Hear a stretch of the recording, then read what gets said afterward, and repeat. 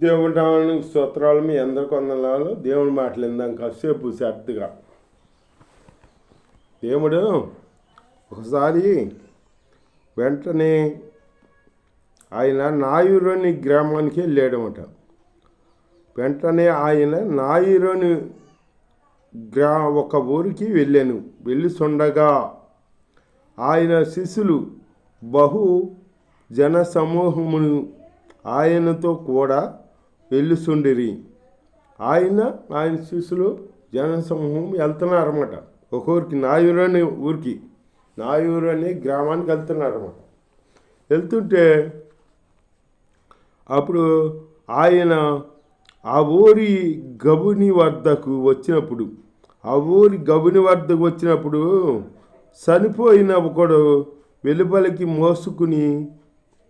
మోసుకుని పోవుచుండెను. అతని తల్లికి అతడు ఒక్కడే కుమారుడు. అతని తల్లికి అతను ఒక్కడే కుమారుడు అంట. ఆమె వెధవరాళ్ళు అంట. ఆ ఊరి జనులు అనేకులు ఆమెతో కూడి ఉండిరి. ఆమె వెధవరాళ్ళు అంట. ఆ వెధవరాళ్ళు కొడుకు కాడ చనిపోయాడు. అంటే భర్త కాడ లేడన్నమాట. ఆవిడికి ఎంత దుఃఖం రావాలి, ఎంతో ఏడుతుందంట. ఏడుతుంటే ఆ ఊరు ప్రజలు అతన్ని పాడి మీద మోసుకొస్తుంటే ఈవిడి వెనకాల ఏడ్చుకుంటూ వస్తుందన్నమాట. జనసమూహం ఉన్నారు. ఏసయ్య వెళ్తున్నాడు, ఎదురు వెళ్తున్నారు వీళ్ళు. ఆ ఊరు వెళ్తున్నారన్నమాట. ఆ ఊరు వెళ్తుంటే ఊరు బయటకు వచ్చినప్పుడు వీళ్ళు తగిలారు. ఊరి దగ్గరికి వచ్చాక అప్పుడు దేవుడు ప్రభు ఆమెను చూశాడంట. ఆమెను చూసి ఆమె యందు కనికరపడ్డాడంట. మన దేవుడు కనికరపడే దేవుడు. ఇప్పుడు వాళ్ళు ఏమైపోతే నాకెందుకులే, వీళ్ళు ఏమైపోతే నాకెందుకులే అనేది మనుషులు. ఈ లోకంలో ఎవరైనా చేస్తారు. మన దేవుడు అట్లా చేయడు. సృష్టికర్త, కనికరించే దేవుడు, కనికరపడే దేవుడు. శత్రుల మీద కాడ కనికర పడతాడనమాట. దేవుడు స్తోత్రం, హల్లెలూయా. కనికరపడి ఏడవద్దని ఆమెతో చెప్పి దగ్గరకు వచ్చి పాడి ముట్టగా మోయిస్తున్నవారు నిలిచిరి పాడి ముట్టేటప్పటికి. మరి ఆవిడ చూడు, భర్త లేడు, బిడ్డగాడు చనిపోయాడు, ఒక్క బిడ్డ చనిపోయాడు. ఆవిడ ఎంత దుఃఖంతో ఉంటుంది, ఎవరు లేరు. ఇక ఆ కొడుకే దిక్కు ఆవిడికి. ఆ కొడుకు కాడ చనిపోయాడు. ఆవిడ ఇంకెంత విలపిస్తుంది. ఇప్పుడు భర్తలే ఏ ఆధారం లేదే, ఆవిడికే ఆధారం లేదు. ఈ ఆధారం కాడ పోయింది. ఎంతగానో విలపిస్తూ దానికి వెళ్తుంటే అప్పుడు ఆవిడని చూసి ఆవిడ మీద కనికరపడ్డాడంట దేవుడు. ఆవిడ ఏడుతూ చూసి కనికరపడ్డాడనమాట. కనికరం పడి ఆవిడ దగ్గరికి వెళ్ళి ఏడవ మాకని చెప్పి ఆ పాడి దగ్గరికి వెళ్ళి పాడిని ముట్టాడంట. ఆ పాడిని ముట్టేటప్పటికి మోయితున్న వాళ్ళు నిలిచారంట, బోస్తున్న వాళ్ళు నిలిచేటప్పటికి ఈ కుర్రాడు లెగిసి కూర్చున్నాడు. కూర్చేటప్పటికి ఆయన చిన్నవాడా లెమ్మని నీతో చెప్పుతున్నానగా, చిన్నవాడా లెగుమని నీతో చెప్పుతున్నాను అన్నాడు యేసయ్య. ఆ చనిపోయిన వాడు లెగిసి కూర్చుండి మాట్లాడసాగాను. ఆ చనిపోయిన వాడు లెగిసి కూర్చుని మాట్లాడసాగాడంట. దేవుడు అంటే అవలా దేవుడి మాటలో జీవం ఉంది. జీవం గల దేవుడు యేసయ్య. దేవుడి మాటలో జీవం ఉంది. ఆ మాట వాక్ పంపితే చాలు స్పష్టపడతారు. అందుకే ఒకసారి సమాజం మంది అధికారి కాడ నా దాసుడు సావసిద్ధమై ఉన్నాడు, నువ్వు నా ఇంటికి వస్తాకి నీ యొగ్గుని కాదు, నువ్వు మాట మాత్రం సెలవిమ్మన్నాడు మాట. మాట సెలవిస్తే ఆ మాట స్పష్టపడుతుందని, నా దాసం స్పష్టపడుతుంది అని విశ్వసించాడు మాట. అతను నమ్మాడు మాట. దేవుడి దగ్గరికి దేవుడిని ఎరగని వాళ్ళే ఎప్పుడైనా పై వచ్చిన అన్నిలే పైకాడు వాళ్ళు నమ్ముతున్నారు. దేవుడి మాట వల్ల కార్యం జరుగుద్ది అని నమ్ముతున్నారు. దేవుడి దగ్గరికి వెళ్ళిన వాళ్ళు నమ్మలేకపోతున్నారు. దేవుడి మాటలో స్పష్ట ఉంది, దేవుడు ఉమ్ములో స్పష్ట ఉన్నాయి. ఒకసారి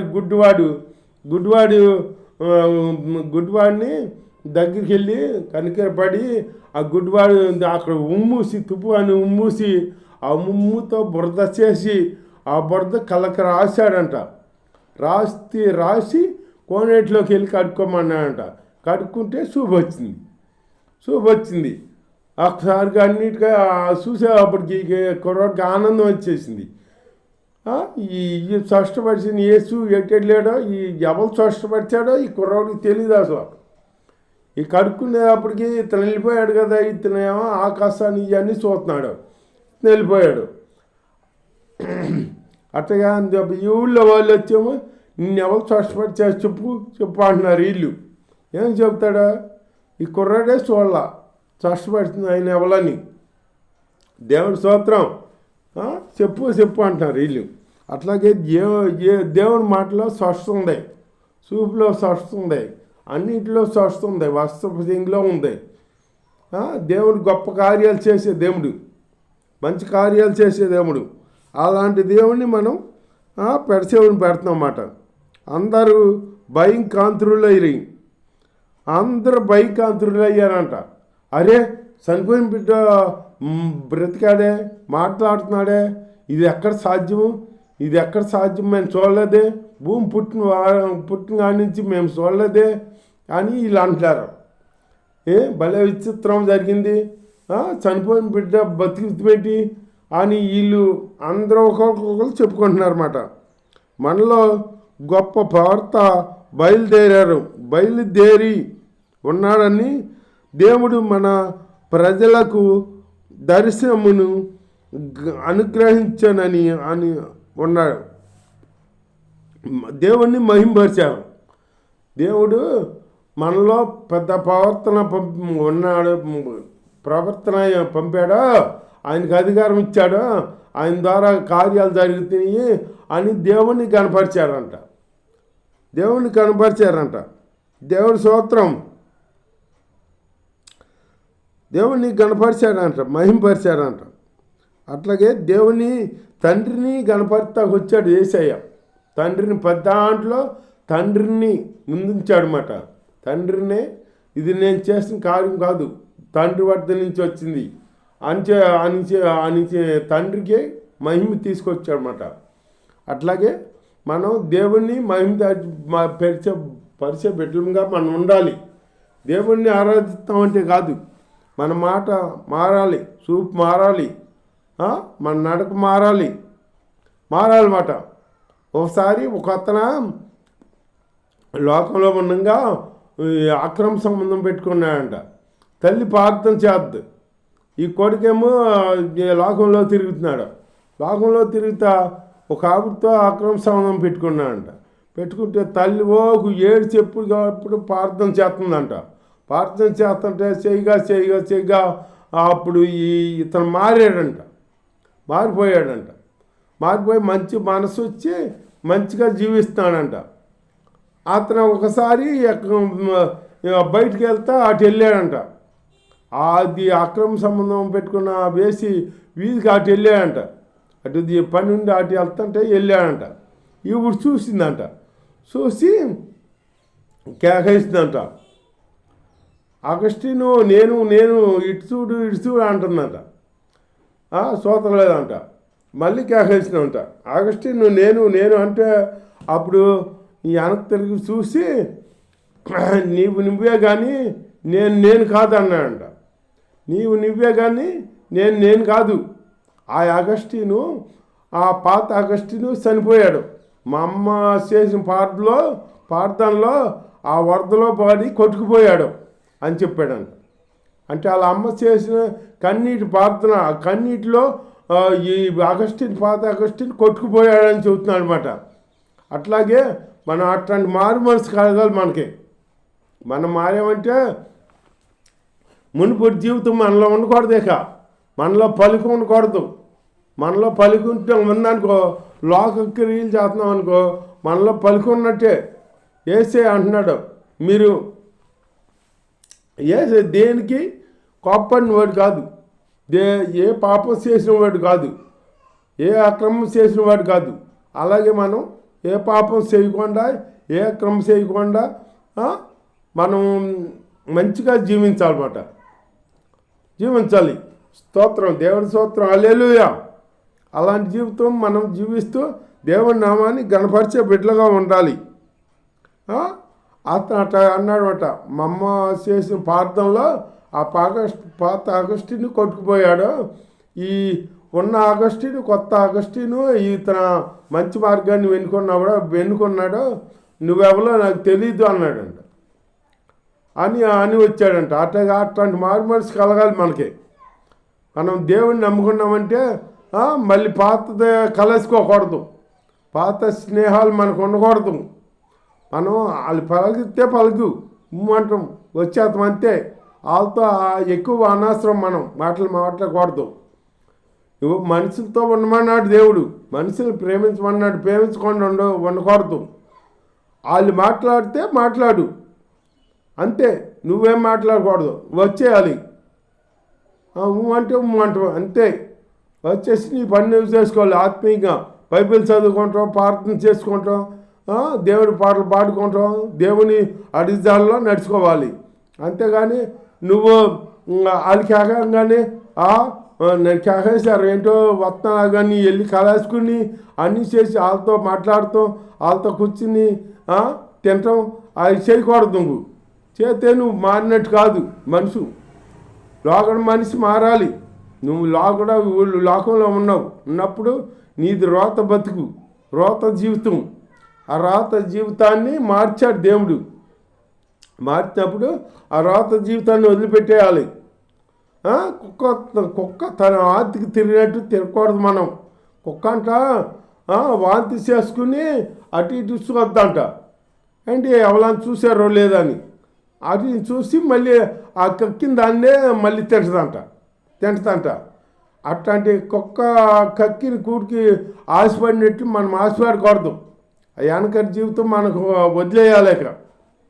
వదిలేయాలన్నమాట. మాట అంటే మాటే, అంతేగాని మాట్లాడితే మాట్లాడు అంతే, అంతేగాని వాళ్ళతో కలుసుకోకూడదు మనం. అట్లాంటి జీవితం మనలో ఉండకూడదు. అట్లాంటి మారు మనసు కలిగి మనం ఉండాలన్నమాట. ఉంటే దేవుడి కార్యం చూస్తామన్నమాట. దేవుడి కుమారులు అనిపిస్తాం.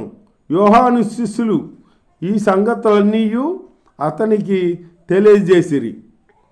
యోహానికి తెలియజేశారంట. ఈ యేసయ్య కార్యాలు చూసి తెలియజేశారంట. అంతటి యోహాను తన శిష్యులతో ఇద్దరిని పిలిచి, రాబోవాడవు నీవేనా? మరి ఒకరికొరకు కనిపెట్టాలి మేము, రాబోవాడు నువ్వేనా, లేకపోతే మరి ఒకరికొరకు కనిపెట్టాలా అని అడిగారన్నమాట. దేవుడి స్తోత్రం అని అడిగారన్నమాట. అడిగితే అప్పుడు యేసు అన్నాడు, దేవుడి స్తోత్రం, హల్లెలూయా, విన్న వాటిని మేము మరొకరికి కనిపెట్టవలేనా అని అడుగుటకు వాడిని ప్రభు నద్దకు పంపాను. ఆ మనుషులు ఆయన వద్దకు వచ్చి, రాబోవాడవు నీవేనా, లేక మరి ఒకరి కొరకు మేము కనిపెట్టుకున్నవలేనా అని అడుగుటకు బాప్టిజమిచ్చి యోహాను మమ్మును నీ వద్దకు పంపానని చెప్పిరి.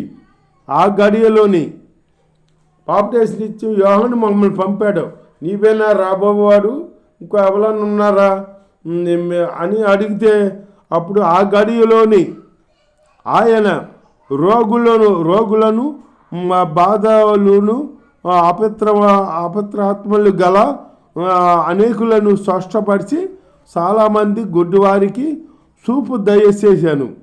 అప్పుడు ఆయన, మీరు వెళ్ళి కన్న వాటిని విన్న వాటిని యోహానుకు తెలుపుడి. కన్న వాటిని విన్న వాటిని యోహానుకు తెలుపు అంటున్నాడు. తెలుపుడి అంటున్నాడు. అప్పుడు ఈయన రాబోయేవాడు అని తెలుసుకుంటాకి తెలపమంటున్నాడు అన్నమాట. దేవుడి వాక్యం దీవించు.